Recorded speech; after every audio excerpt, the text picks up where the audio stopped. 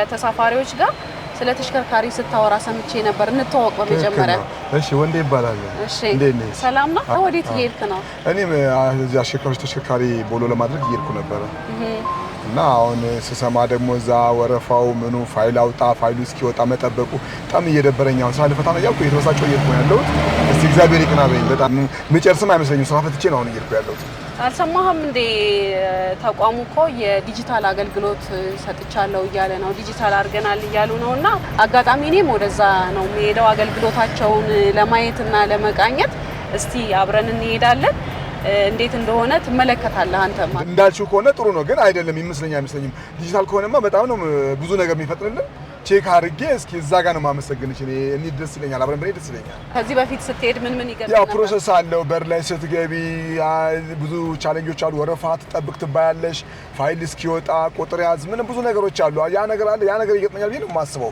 በፊት የነበረው ይሄ ፈተና ነውና እስኪ አሁን ዲጂታል ከሆነ አይ ቲንክ ሁሉ ነገር ጥሩ ይሆናል ብዬ አስባለሁ ይፈጥናል እንየውና እዛው ጋር እንወቃቀሳለን እሺ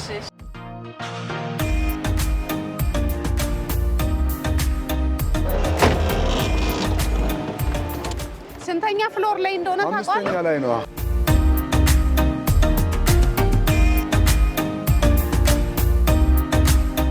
የአዲስ አበባ ከተማ አሽከርካሪ ተሽከርካሪ ፍቃድና ቁጥጥር ባለስልጣን በተሽከርካሪና በአሽከርካሪ ዘርፎች የተለያዩ አገልግሎቶችን ይሰጣል።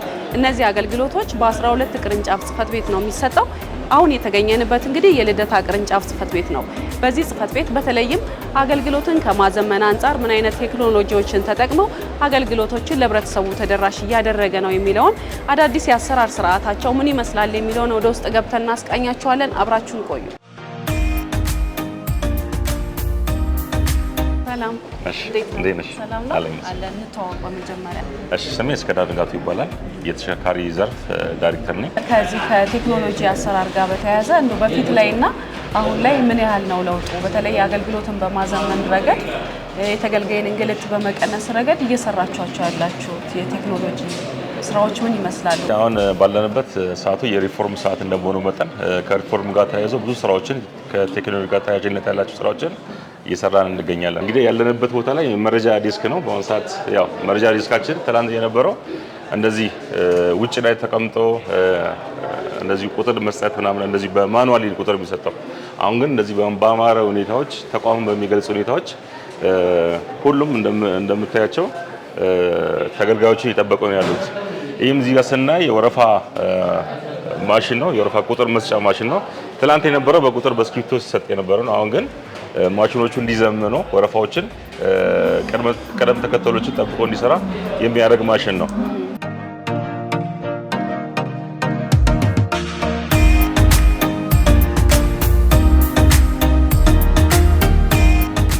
የምንሰጣቸው አገልግሎት ፍትሃዊ መሆን ስለሚገባቸው ብዙ ተገልጋይ በየቀኑ እኛ ጋር ስለመጣ ፍትሃዊ የወረፋ ማስጠበቂያ ሲስተም እሱም ቴክኖሎጂ ነው። አንድ ሰው እኛ ጋር መጥቶ ቅድመ ሁኔታዎች አሉ አገልግሎቶችን ለማግኘት ሲመጣ መስፈርት ካሟላ የወረፋ ማሽን ቁጥር ይሰጣል። ቦታ አለ አረፍ ብሎ ድምጹ ይጠራል ልክ እንደ ባንክ ቤት እንደ ሌላው ቦታ ቁጥሩ ሲጠራ እንትና ቁጥር ስለው ሄዶ ይገለገላል ማለት። ስለዚህ ፍትሃዊ አገልግሎት ስርዓት አንዱን የምናረጋግጥበት ወረፋ ማስጠበቂያ ነው። እሱንም 12 ቅርንጫፎች ላይ ተግባር አድርገናል። ቁጥር 362 ወደ መስመር ቁጥር 13 ይሄዳል። አሁን አንቺ ተገልጋይ ነሽ የመጣሽው የተቋማችን ደንበኛ ነሽ እንበልና እባክዎትን ቁጥር ይስጡን። ሰነዶችን ቅድመ ሁኔታዎችን ሰነዶችን እዚህ ያሉ ባለሙያዎች ያጣሩልናልና ከዛ በኋላ ቁጥር ነው የሚሰጡን። ስለዚህ ይሄ ቁጥር እዛ ጋር የሚታየው ማሽኖች አሉና በዛ ቀደም ተከተል የሚስተናገርበት ይሆናል። ለምሳሌ ይሄ አንድ የኪውአር ኮድ ቁጥር ነው አንቺ የሰጠሽ ቁጥር ነውና እነዚህ ቁጥሮችን ትቀበያለሽ። ፋይልሽ ተሟልቷል።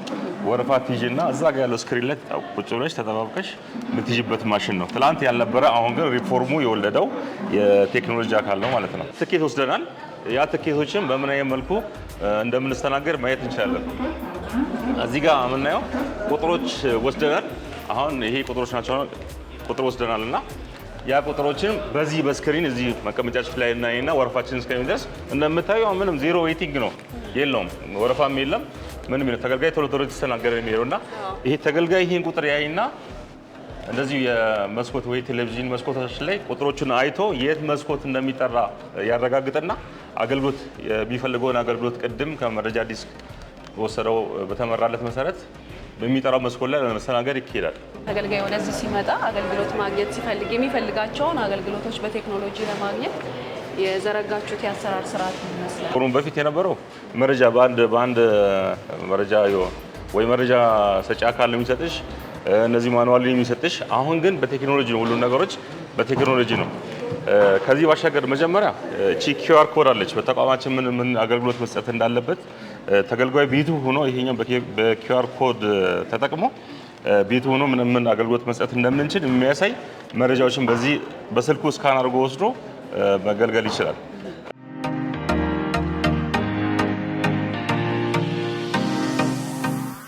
ኪውአር ኮድ የሚባል በየፍሎራቸው በየቅርንጫፎቻችን የምንሰጣቸው አገልግሎቶች ምንድን ናቸው? ምን አገልግሎት እንሰጣለን? ቅድመ ሁኔታስ ምንድን ነው? ሰው ሳይመጣ ቤት ውስጥ ሆኖ መስፈርቶችን ማወቅ ቢፈልግ አሁን ለምሳሌ ተሽከርካሪ ለማስመዝገብ ምን ሰነድ ይዞ መምጣት አለበት? መንጃ ፍቃድ ለማድረስ ምን ሰነድ ይዞ መምጣት አለበት? መንጃ ፍቃድ ለመማርስ መጥቶ ለመመዝገብ ምን ማሟላት አለበት? ሙሉ ጉዳዮችን በቀላሉ እንዲያገኝ ኪውአር ኮድን ተግባር አድርገናል። ስለዚህ አብዛኞቹ ከቅድም ከአሽከርካሪን ተሽከርካሪ ከዋና ሲስተም በስተቀር ሌላው በውስጥ ሰራተኛ በራስ አቅም የተሰሩ ናቸው። በነገራችን ይሄ የሰራተኛ የባለቤትነትን በራስ አቅም ችግሩን ለመፍታት የህዝቡን ችግር ለመፍታት ያደረገው ጥረት በጣም በጉልህ የሚያሳይ ነው ማለት ነው። የምንሰራቸውን የአገልግሎቶችን እንደዚሁም የመረጃ ወዴት መሄድ ይፈልጋሉ ተቋሙ የግምገማ ስርዓትን፣ ቅሬታ ስርዓትን፣ አሳይት ስርዓትን እንደዚሁ ደግሞ የምርጥ ፈጻሚ እንደውም ማለት የዚህ ሁሉ ድምርን ተገልጋዩ ራሱ ኢቫሉዌት ያደርጋል በአንድ ማዕከል በቴክኖሎጂ ማለት ነው። ለማሳየት ቢቻል አገልግሎትን በተመለከተ በአሁኑ ሰዓት በዚህ የሚሰጡ አገልግሎቶች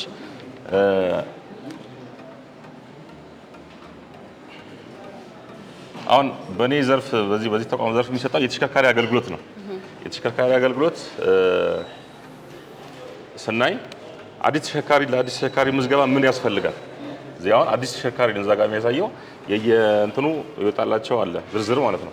አዲስ ተሽከርካሪን ምን ያስፈልጋል የሚለውን ነገሮች ስነካ አሁን እዚህ ጋር የአገልግሎት መጠየቂያ የማመልከቻ ፎርም የባለንብረቱ ሁሉንም በዝርዝር የሚያስፈልጉ ቅድመ መስፈርቶችን ተገልጋዩ በዚህ በቴክኖሎጂ ማየት ይችላል። ማንንም ሳይጠይቅ ቴክኖሎጂን በመጠቀም መገልገል ይችላል፣ ማየትም ይችላል ማለት ነው። በአምስቱም ቋንቋዎች በሚያሳይ ሁኔታ ነው። ለምን አንድም መጥቶ በአማርኛ ብቻ አይደለም እዚህ ጋር የምናየውና ለምሳሌ እዚህ በአፋን ኦሮሞ በእንግሊዝኛ በተለያዩ ቋንቋዎች አሉ። መገልገል በሚችል ደረጃ በራሱ ቋንቋዎች መርጦ መገልገል በሚችል ሁኔታ ነው። እዚህ ጋር አሁን የአገልግሎት ተጃጅላ ይላል፣ ተጃጅላ ኮንኮላታ ይላል። ስለዚህ አሁን ቅድም ባሳዩት መሰረት አዲስ ተሽከርካሪ ምዝገባ እንደዚሁም በአፋን ኦሮሞ የተዘጋጀለት ሁኔታዎች ስርዓቶችም አሉና የትኛውም በመጣበት የትኛው በራሱ ቋንቋ ፈልጎ መውሰድ በሚችል ደረጃ የተዘጋጀ ነው፣ ቀለል ባለበት ሁኔታ።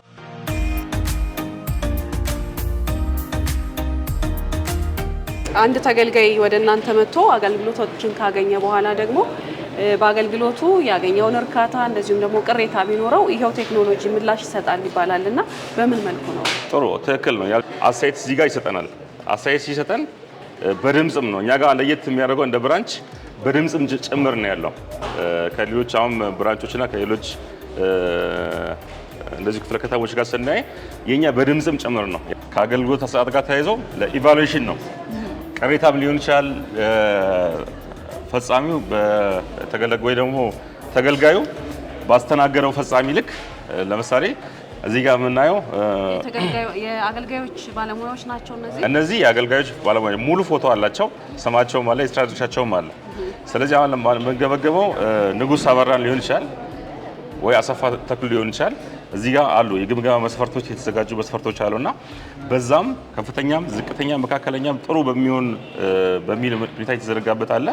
ያን ተገልጋዩ የመረጠ ለዛ ሰራተኛ የረካ ከሆነ ጥሩ ይሰጠዋል ማለት ነው። ይሄ ማሽን ጥቅሙ ምንድን ነው ብለን ስንወስድ በአገልግሎቱ ላይ አንዱ እዚህ መጥቶ አገልግሎቱን ከማየቱ በፊት ቤቱ ሆኖ ለምን አገልግሎት ምን አለ የሚለው ማየት የሚችልበት አሰራር ፈጥረናል። ስለዚህ ጊዜውን፣ ጉልበቱን፣ ድካሙን ቀንሰናል ማለት ነው። አንድ ይሄ ነው። ሁለተኛ በአገልግሎት አሰጣጡ ላይ ምንድነው የሚፈልገው? ምን አይነት አገልግሎት ነው የሚፈልገው? ማንን ማናገር ነው የሚፈልገው የሚለው አጠቃላይ የተቋማዊ ስትራክቸራል ቻርቱን ጭምር በዚህ ማሽን በማስገባታችን ማግኘት የሚፈልገውን ሰው ቀለል ባለ መንገድ ማግኘት እንዲችል አስችሎታል። ሌላው በአገልግሎት አሰጣጡ ላይ ያሉ አስተያየቶችን ለምሳሌ አገልግሎት ሲሰጥ ባለሙያው የሰጠውን አገልግሎት በጥሩ በመጥፎ አስተያየት መስጠት የሚያስችል ፕላትፎርም ፈጥረናል። ይህ ፕላትፎርም በስማርት ስልኩ የሚጠቀምበት የኪዋር ኮድ አለ በአንድ በኩል፣ በሌላ በኩል እዚህ ማሽን ላይ ደግሞ ገብቶ ስልክና ስሙን አስገብቶ አድራሻውን አስገብቶ አገልግሎት የሰጠውን ባለሙያ ጠቅሶ ጭምር ይሄ ባለሙያ ጥቅል እንደ ተቋም ብቻ ሳይሆን የሰጠውን ኢንዲቪዥዋል ባለሙያ መስኮል ያለውን ባለሙያ መጨረሻ አገልግሎት የሰጠውን አስተያየቱን ሰጥቶ ይስተካከል፣ ይታረም ወይም ደግሞ ይቀጥል፣ ይበርታ የሚለውን ሰጥቶ የሚሄድበት አሰራር ተፈጥሯል። ቀደም ሲል ይሄ ማኑዋል ነው የሚሞላው፣ በቅጽ ነው የሚሞላው። ነገር ግን አሁን ወደ ምን መጥቷል? ወደ ሲስተም መጥቷል።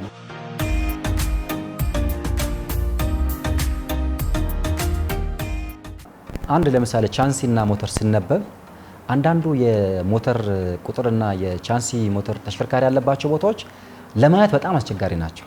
ማሽን አልነበረንም ለማንበቢያ። ስለዚህ ግለሰብ ላይ ጥገኛ ነው ማለት ነው። ለእይታ በጣም የራቀ በስልክም በእጅም የማይደረስበት እሱን በድጋፍ ማሽን አስገባል። ቻንሲ ማንበቢያ ማሽን። ለዚህ አንዱ ቻንሲና ሞተር ቁጥር የሚያነበው ቴክኒሻንም እንዳይሳሳት፣ መሳሳት ብቻ ሳይሆን ባለማየት ሊሳሳት ይችላል። ለምሳሌ ዜድ እና 2 ቁጥር ይመሳሰላል፣ 0 እና ኦ ይመሳሰላል። ለዚህ እነዚህ የሚያምታቱ ጉዳዮችን የሚለይ ማሽን አመጣል። አንድ ፈልገውም የሚያጭበረብር ሊኖር ይችላል፣ ሳይፈልግም በመሳሳት በእይታ። ለዚህ አንዱ ይህንን ለረጅም ጊዜ የነበረውን በመንግስት እንኳን አልገዛንም፣ በባለድርሻ በማስተባበር ነው የተገዛውና እሱን ተግባር ያደረግን።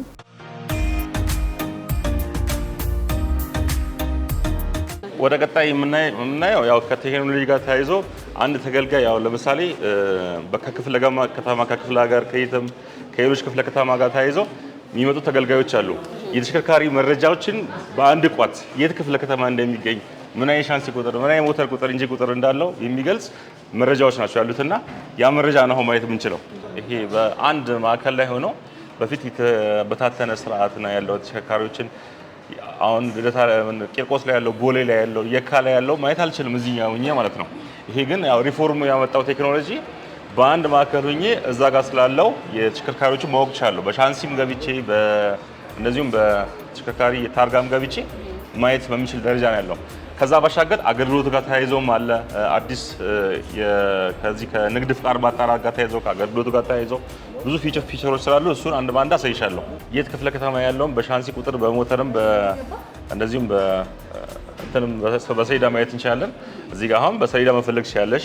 በቀድሞ ሰሌዳ መፈለግ ይችላል በተሽከርካሪ በቀድሞ ሰሌዳ የት ክፍለ ከተማ እንዳለ ለማጣራት የት እንዳለ ማለት ነው። አሁን የህግ አካላቶች ይመጣሉ መረጃ ይፈልጉና የግድ ቦሌ ስላለ ቦሌ ሜዳ ይጠበቅበትም ልደታ ያለ የህግ አካል ማለት ነው። በአንድ ማዕከል እኛን ሳይጠይቅ መጥቶ አስገብቶ በሻንሲ በሞተርም አስገብቶ ማየት በሚችል ደረጃ ያለው ቴክኖሎጂ የተዘረጋ ነው። ለምን መረጃ ዲስኮችን አይጠይቅም፣ የትኛው አካል አይጠይቅም። ስለዚህ አፋጣኝ መረጃዎችን ለማየት ከፈለገ ከዚህ ነው። አሁን ለምሳሌ ሰሌዳ እናስገባለን። ይሄ ሰሌዳ አስገብተናል። የት ክፍለ ከተማ እንዳለ ማየት እንችላለን። ስለዚህ አሳየን እንለዋለን። አሁን ይሄ ተሽከርካሪ ያው በቢ 45675 ብዬ ነው ያስገባሁትና አሁን ይሄ ሰሌዳ በሻንሲም በሞተርም የት ክፍለ ከተማ ነው ያለው እዚህ ጋር የሚያሳየን ለሚኩራ በሚል ነው የሚያሳየን። የውልና ማስረጃን በስካን አድርገን ወይ ደግሞ ያለው መረጃዎችን አስገብተን ማየት በሚቻል ደረጃ ነው። ተለቋል አልተለቀም የሚለውን ነገሮች አንድ ሰው ውል ተፈራርሞ ውልና ማስረጃ ሂዶ ያለው ነገር አፕሩቭ ለማድረግ እኛ ሳናውን ተገልጋዩም ራሱ መለቀቅ አለመለቀቁን በዚህ ማሽን ላይ ማየት በሚችል ደረጃ የተዘረጋ ቴክኖሎጂ ነው ማለት ነው። እንግዲህ መኪና የት ነው የተመዘገበው፣ የኔ ፋይል የት ነው ያለው የሚለውን በቀለለ መንገድ መረጃ የማግኘት መብቱን ተጠቅሞ መረጃ የማግኘት መብትም ስላለው እንደ ተቋም ይሄን ቴክኖሎጂ አዘጋጅተናል ማለት ነው። ተቋሙ የኔ መኪና የኔ ተሽከርካሪ ሲፈልግ በሻንሲ ቁጥሩ ሲፈልግ በሞተር ሲፈልግ በሰሌዳ ቁጥሩ አስገብቶ መኪናው የትኛው ክፍለ ከተማ እንደሚገኝ አክሰስ የሚያደርግበት መረጃ የሚወስድበት አሰራር ፈጥረናል ማለት ነው። ይሄ በመሆኑ ምክንያት መኪና የት ነው ብሎ ሲዞር የሚውልበትን ድካም ቀንሰናል በአንድ በኩል። በሌላ በኩል ደግሞ የጸጥታ አካላት እነዚህ ወንጀል ፈጥረው ወይ ደግሞ የሆነ ነገር ፈጥረው የሚያመልጡ አካላትን ኢሚዲየትሊ መረጃ የሚያገኙበትን አሰራር ፈጥረን መረጃ ጠያቂው በፍጥነት የሚወስድበትን በቴክኖሎጂ የተደገፈ አሰራር ፈጥረናል ማለት ነው።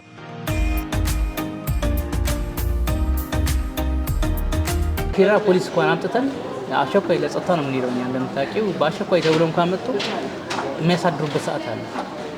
2 ቀን 3 ቀን የሚፈጅበት ሰዓት ነበር፣ የምናማርበት ቀን ነበር። አሁን ግን ይኸው ትናንትና መጣው ከሰዓት 40 ተሽከርካሪ የገባሁት ዶክሜንት ከኔም ኢንጂነር ግሩፕ ነው የገዛነው ተሽከርካሪዎች ወዲያውን ትናንትና ከሰዓት ጀምሮ ዛሬ ይኸው ተጠናቆ በ2 ቀን ማልሞላ ተጠናቆ ሰጥቷል እና ሁሉ አመቺ ነው።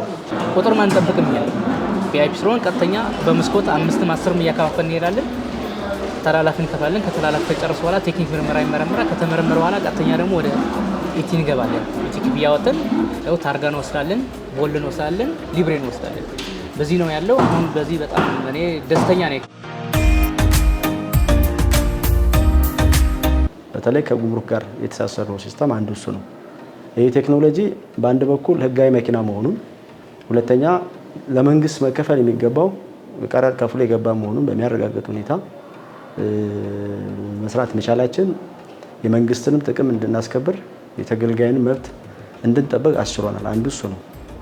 ሁለተኛ የሰዎች መኪና አላግባብ በነበረው ውክልና ይሸጥ የነበረ አሁን ላይ ከውልና ማስረጃ ጋር በተሳሰረው ትስስር መሰረት አንዱ ውክልናቸው ራሱ ትክክል ነው ወይ ትክክለኛ ውክልና ነው የሚለውን ከውልና ማስረጃ ከሰነዶች ምዝገባ ማረጋገጫ ተቋም ጋር የምናረጋግጥበት ሰው ቀደም ሲል ውክልና ይዞ ስለመጣ ማኑዋል ውክልናው ብቻ አይተን የምንሰራበትን አሰራርተን አሁን ውክልናው ራሱ ትክክል ነው የሚለውን አረጋግጠን የምንሰራበት አሰራር የዜጎች ሀብት አላግባብ እንዳይዘዋወር አላግባብ እንዳይሸጥ እንዳይለወጥ ትልቅ ጠቀሜታ ፈጥሮልናል።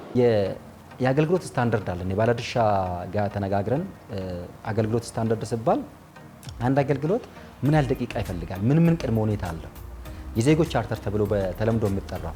ለዚህ እሱን ዘንድሮ ከለስን። በነገራችን ላይ ስንከልስ ምን ተአምር አገኘን? ቀናቶችን ሲፈጁ የነበሩ አገልግሎቶች ወደ ሰዓታት ዝቅ ብሏል። ወደ ሰዓታት ቀናቶችን ነበር የሚፈጁት። ሰዓታትን ሲፈጁ የነበሩ አገልግሎቶች ወደ ደቂቃዎች ዝቅ ብሏል። ከፍ ያለ ደቂቃዎችን ሲፈጁ የነበሩ አገልግሎቶች ወደ አነሰ ደቂቃዎች ዝቅ ብሏል። ለምሳሌ መንጃ ፈቃድ ማደስ 10 ደቂቃ፣ ቦሎ ማደስ 10 ደቂቃ። እነዚህ በፊት ቀናትና አንድን ሰራተኛ አንድ አገልግሎት በ10 ደቂቃ ውስጥ ማገልገል ካለበት 11 ደቂቃ ከፈጀበት ከስታንዳርድ በታች ነው። ይህን እንዴት እንመዝን? ሲስተም ያስፈልገናል። ሲስተም ሰራን። ለዚህ ሲስተም የስታንዳርዳችን የምንለካው ራሱ በራሳችን ሲስተም ማለት ነው። ለምሳሌ አንድ ሰው 30 ደቂቃ የሚፈጅበት ከሆነ አገልግሎቱ በ29 ደቂቃ ካገለገለ ከስታንዳርድ በላይ ስለሆነ ይበረታታል ይሄ ልጅ ማለት ነው። እነዚህ አይነት ጥሩ አፈጻጸም ያላቸውን ሰራተኞች ደግሞ በየሳምንቱ በየወሩ እውቅና እንሰጣለን።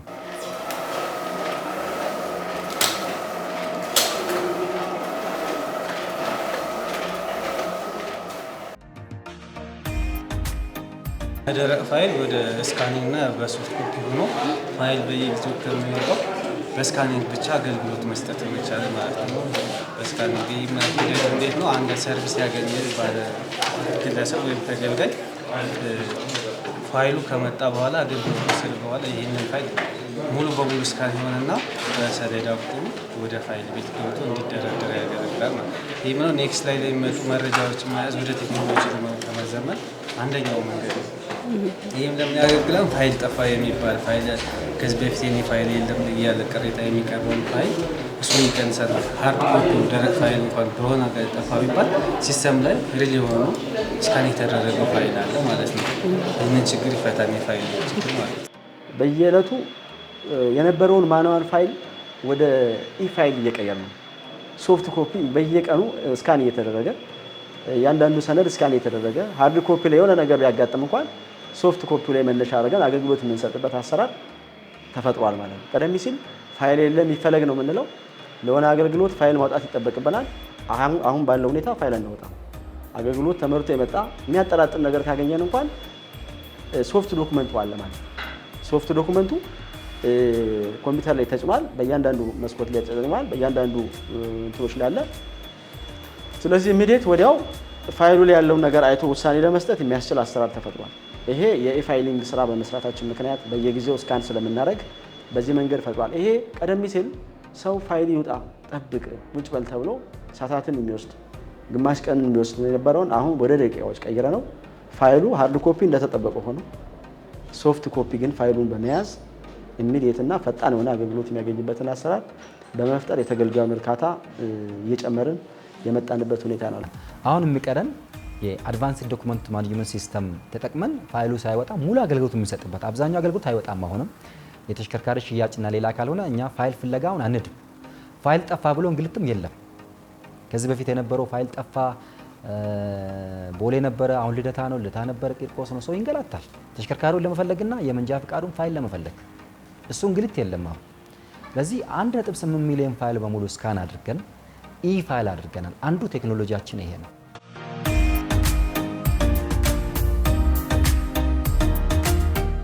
ተመልሰን ተገናኘን። ደጋሚ ተገናኘን። እንዴት አገኘው አገልግሎቱን? በእውነት ለመናገር ከበፊቱ በጣም የተሻለ ነው። በጣም የተሻለ ነው። ሁሉ ነገሩ ዘምኗል። ዘመናዊ ነው። ኦልሬዲ ስንመጣ ሲስተሙም ሁሉም ነገር በጣም በቃ እዚሁ ሁሉ ነገር የምትጨርሽበት ኮንዲሽን የተፈጠረውና ድሮ ባንክ አልነበረም። ክፍያውን ባንክ እዚህ ውስጥ ሆኗል።